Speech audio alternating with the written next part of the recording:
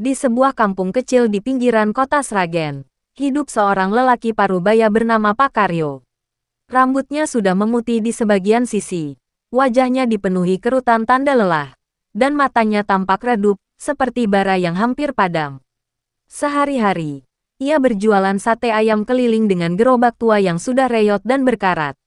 Gerobak itu peninggalan ayahnya, diwariskan dari generasi ke generasi, tapi bukannya membawa keberkahan. Justru terasa seperti beban yang menjerat hidupnya. Setiap sore, saat matahari mulai tenggelam di balik pepohonan jati, suara roda gerobaknya yang berdecit mengiringi langkah gontainya. Di pinggir jalan, di dekat pasar lama yang sudah jarang dikunjungi orang, di sanalah Pak Karyo biasa berhenti. Sate buatannya sebenarnya enak, bumbunya kental, dagingnya empuk, tapi nasib seolah tak pernah berpihak. Malam demi malam ia pulang dengan hasil yang tak seberapa. Kadang hanya cukup untuk membeli beras. Kadang bahkan tidak sama sekali. Istrinya, Bu Karmi, sudah lama berhenti berharap banyak. Tubuhnya yang kurus dan wajahnya yang pucat sering terlihat duduk di depan rumah bambu mereka yang hampir roboh, menatap kosong ke arah jalan. Rezeki kering banget ya, yo, katanya lirih suatu malam sambil menatap bara arang yang mulai padam. Dari dulu jualan sate nggak pernah maju. Apa kita memang ditakdirkan miskin? Pak Karyo hanya terdiam. Ia tahu istrinya tak salah. Utang di warung sudah menumpuk. Anaknya yang paling kecil, Rini, sering menangis karena lapar. Dan genteng rumah mulai bocor di mana-mana. Kadang, di tengah malam, ia menangis diam-diam. Menyesali nasib yang tak kunjung berubah. Sampai pada suatu malam yang ganjil, datanglah Pak Joko. Teman lamanya yang dulu sama-sama berjualan di pasar. Berbeda dengan Karyo, hidup Pak Joko kini berkecukupan. Ia tak lagi dorong gerobak, melainkan punya warung sate besar di pinggir jalan raya, ramai, megah, dan tak pernah sepi pembeli. Mobilnya sering terlihat parkir di depan rumahnya yang berlampu terang benderang, sangat kontras dengan rumah gelap milik Pak Karyo. Malam itu, Pak Joko datang menemuinya. Mereka duduk di depan rumah Pak Karyo, hanya diterangi lampu teplok yang berkeredap. Angin malam berembus pelan, membawa aroma tanah lembab dan sisa asap arang dari gerobak sate. Yo, kata Pak Joko perlahan, suaranya berat dan tenang. Aku ngerti hidupmu lagi susah, tapi ada jalan kalau kamu berani. Pak Karyo menatapnya dengan heran. Jalan, jalan apa? Kok? Pak Joko tersenyum samar, tapi matanya tampak aneh. Dingin dan dalam. Bukan jalan biasa, ini jalan yang gak semua orang mau ambil. Tapi hasilnya nyata, aku dulu juga kayak kamu. Yo, hidup sengsara, anak sakit-sakitan, jualan gak laku. Tapi setelah aku mencoba sesuatu, hidupku berubah. Warung rame, duit ngalir tiap hari. Pak Karyo menelan ludah. Maksudmu, pesugihan? Pak Joko tak langsung menjawab. Ia hanya menatap langit gelap yang mulai ditelan kabut. Lalu berbisik, kamu pikir, dari mana semua keberuntunganku datang begitu cepat? Hening sejenak, suara jangkrik terdengar sayup-sayup di antara pepohonan. Pak Karyo menunduk, hatinya bergetar. Ia tahu pesugihan adalah jalan terlarang. Tapi pikirannya kacau. Wajah istrinya yang kurus, anaknya yang sering menangis lapar, dan rumah yang hampir roboh, semua itu terbayang di depan matanya. Aku cuma mau bantu kamu. Yo, lanjut Pak Joko. Besok malam, ikut aku ke tempatnya. Tapi ingat, sekali kamu masuk, nggak bisa mundur. Pak Karyo diam lama, hatinya berperang antara takut dan putus asa. Tapi keputusasaan menang. Ia mengangguk pelan. Aku mau. Kok? Aku mau coba. Senyum Pak Joko melebar. Tapi bukan senyum biasa. Ada sesuatu di balik itu. Bagus.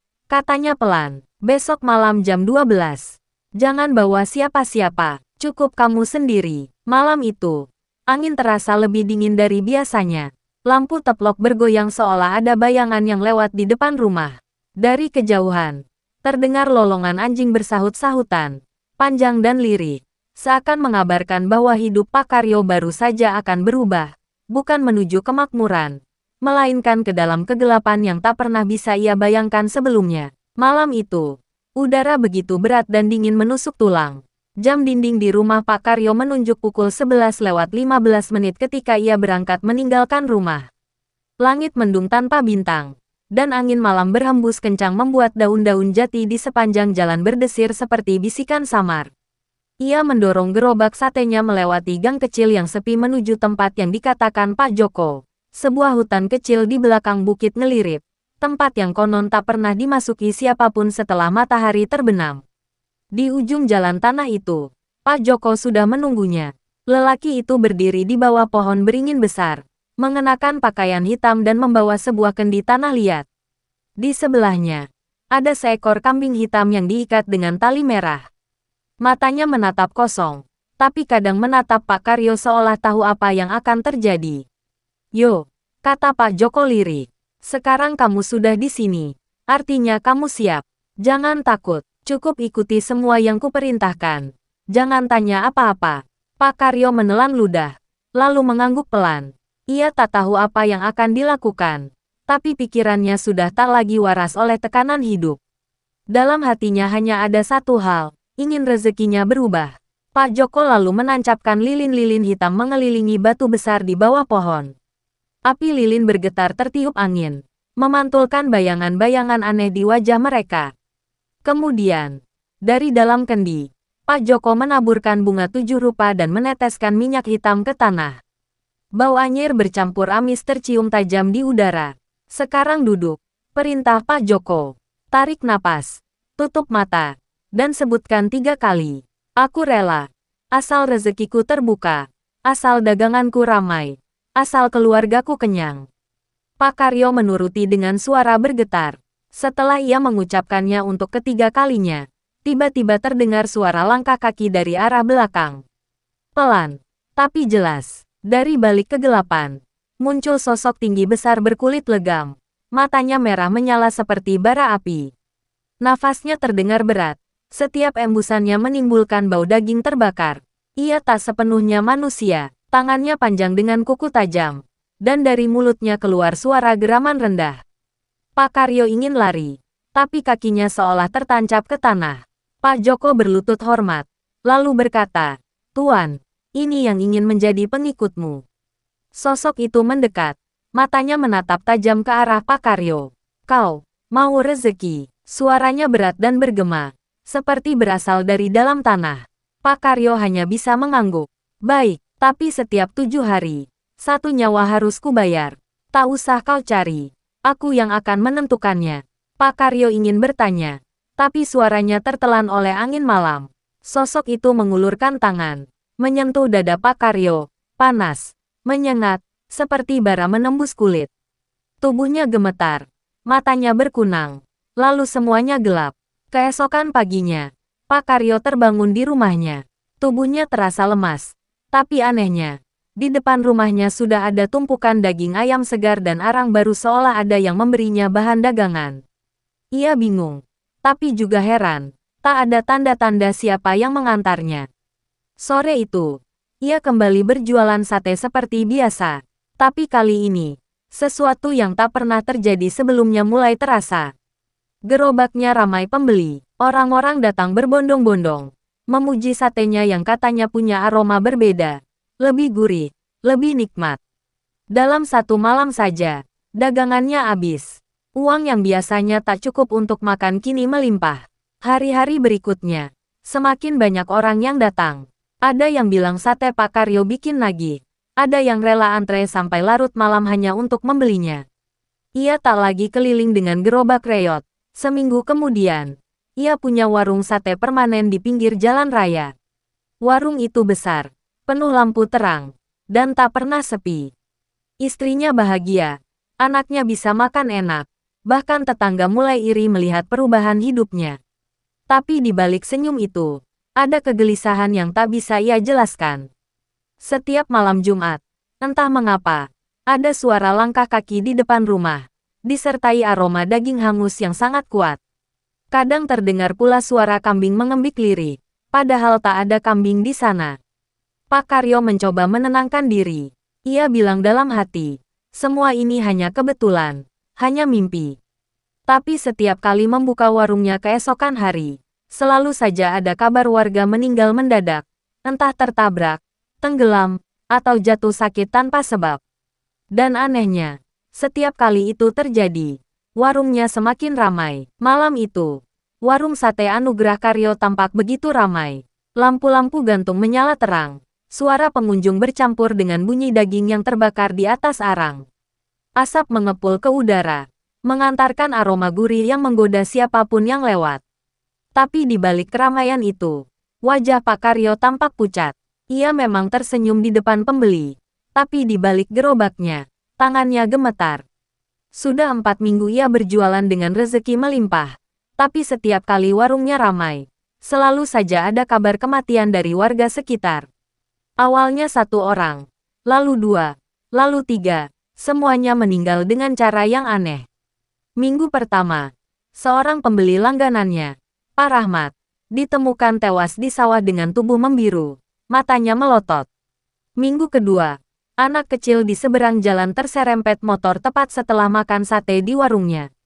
Dan minggu ketiga, Bu Lastri, tetangga depan rumahnya, meninggal mendadak tanpa sebab. Malam sebelumnya sempat beli sate untuk ulang tahun anaknya. Semua itu membuat hati Pak Karyo gelisah. Ia mulai teringat kata-kata makhluk yang ia temui di hutan malam itu. Setiap 7 hari, 1 nyawa akan kubayar. Tak usah kau cari, aku yang akan menentukannya. Setiap kali mengingat kalimat itu, tengkuknya terasa dingin, dan ia mulai menyesali segalanya.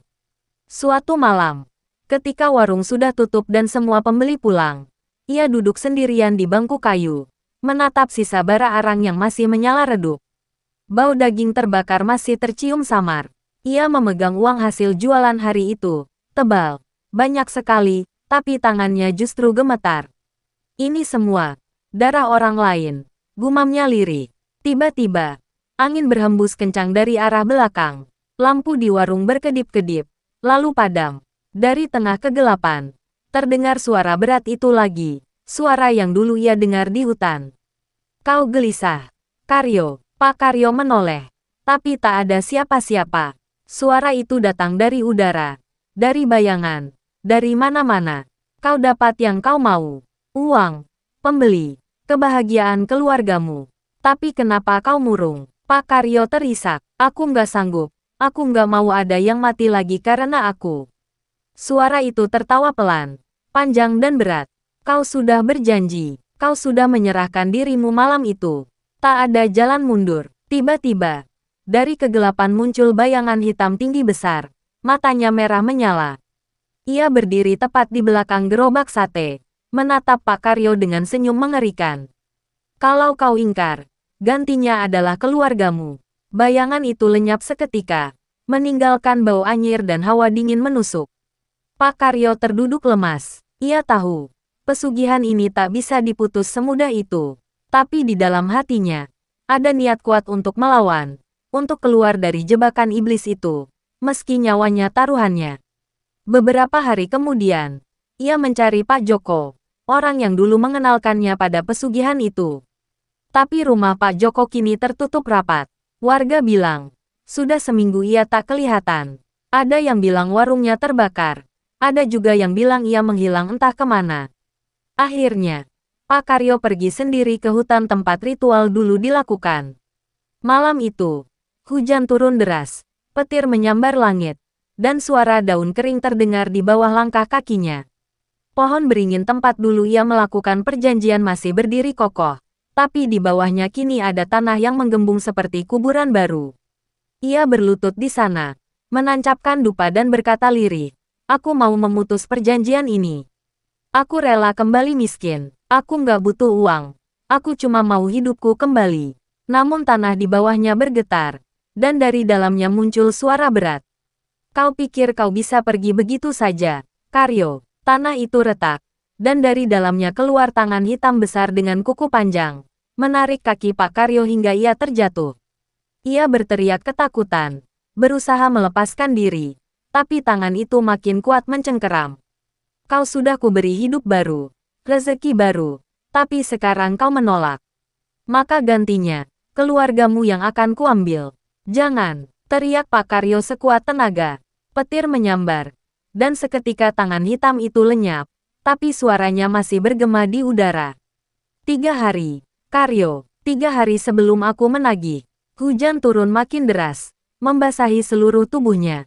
Pak Karyo pulang dengan tubuh gemetar, matanya sembab, dan hatinya hancur. Ia tahu, waktunya tinggal 3 hari sebelum sesuatu datang mengambil yang paling berharga dari hidupnya. 3 hari setelah malam hujan itu, hidup Pak Karyo berubah menjadi ketakutan yang tak berujung. Ia nyaris tak tidur, setiap malam terjaga di depan rumah, menatap jalan sepi yang tertutup kabut. Ia sudah bertekad tak mau lagi berjualan sate, tapi anehnya, setiap kali ia mencoba berhenti, warungnya tetap ramai, bahkan tanpa ia buka. Orang-orang datang sendiri, seperti ditarik oleh sesuatu yang tak kasat mata. Uang terus mengalir, tapi hati Pak Karyo semakin hampa. Hari pertama, ia melihat tanda-tanda aneh. Ayam di belakang rumah mati satu persatu tanpa luka. Malamnya, ia mendengar suara langkah kaki berat di atap rumah, disertai bau daging terbakar. Istrinya, Bu Karmi, terbangun dan menangis ketakutan. "Yo, aku mimpi ada yang manggil nama Rini," katanya dengan suara bergetar. Suaranya dari luar jendela. Pak Karyo langsung memeluk istrinya erat. Ia tahu itu bukan sekadar mimpi. Makhluk itu sudah datang menagih. Hari kedua, suasana rumah makin mencekam. Angin malam terasa dingin tak wajar.